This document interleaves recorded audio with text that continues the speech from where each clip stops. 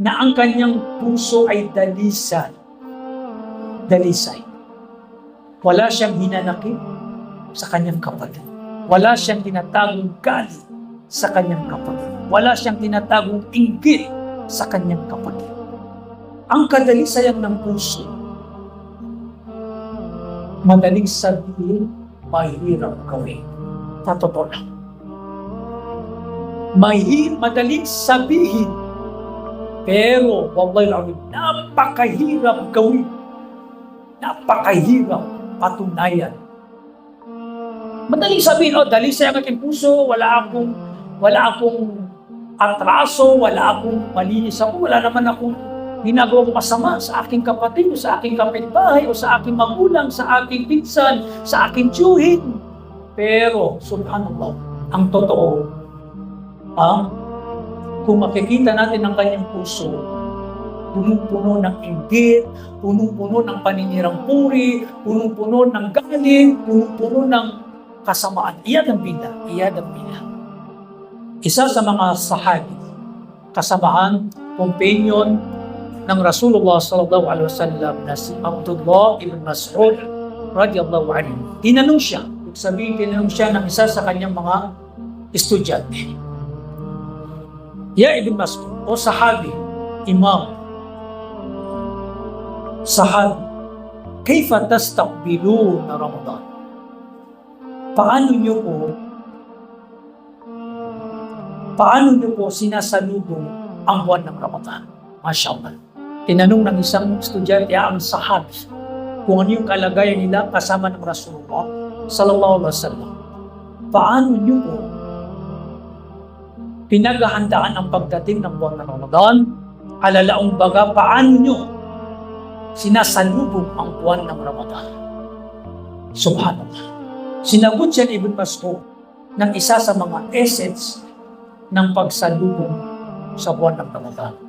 Ang kahulugan ng kanyang sinabi, sabi niya, walang ni isa sa amin na dumarating sa kanya ang buwan ng Ramadan, maliban na lamang na ang kanyang puso ay dalisay.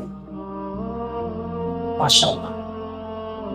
Walang ni isa sa amin na kanyang sinasalubong o dumarating sa kanyang buwan ng Ramadan, maliban na lamang na ang kanyang puso ay dalisay.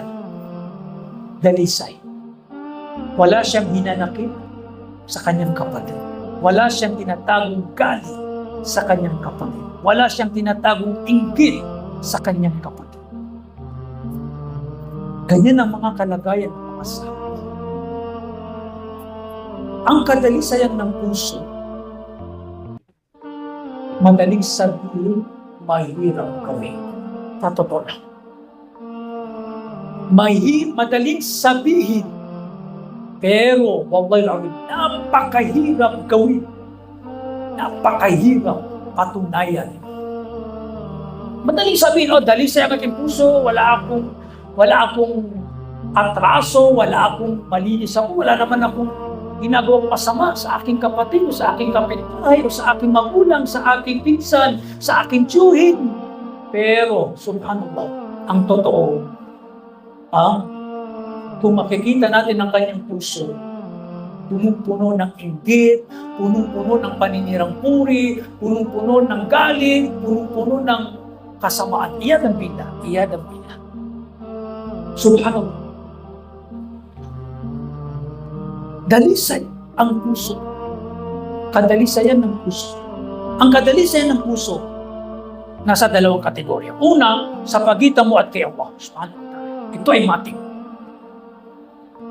Alam na natin, dalisay, ito ang pinakamahalaga. Unang pinakamahalaga.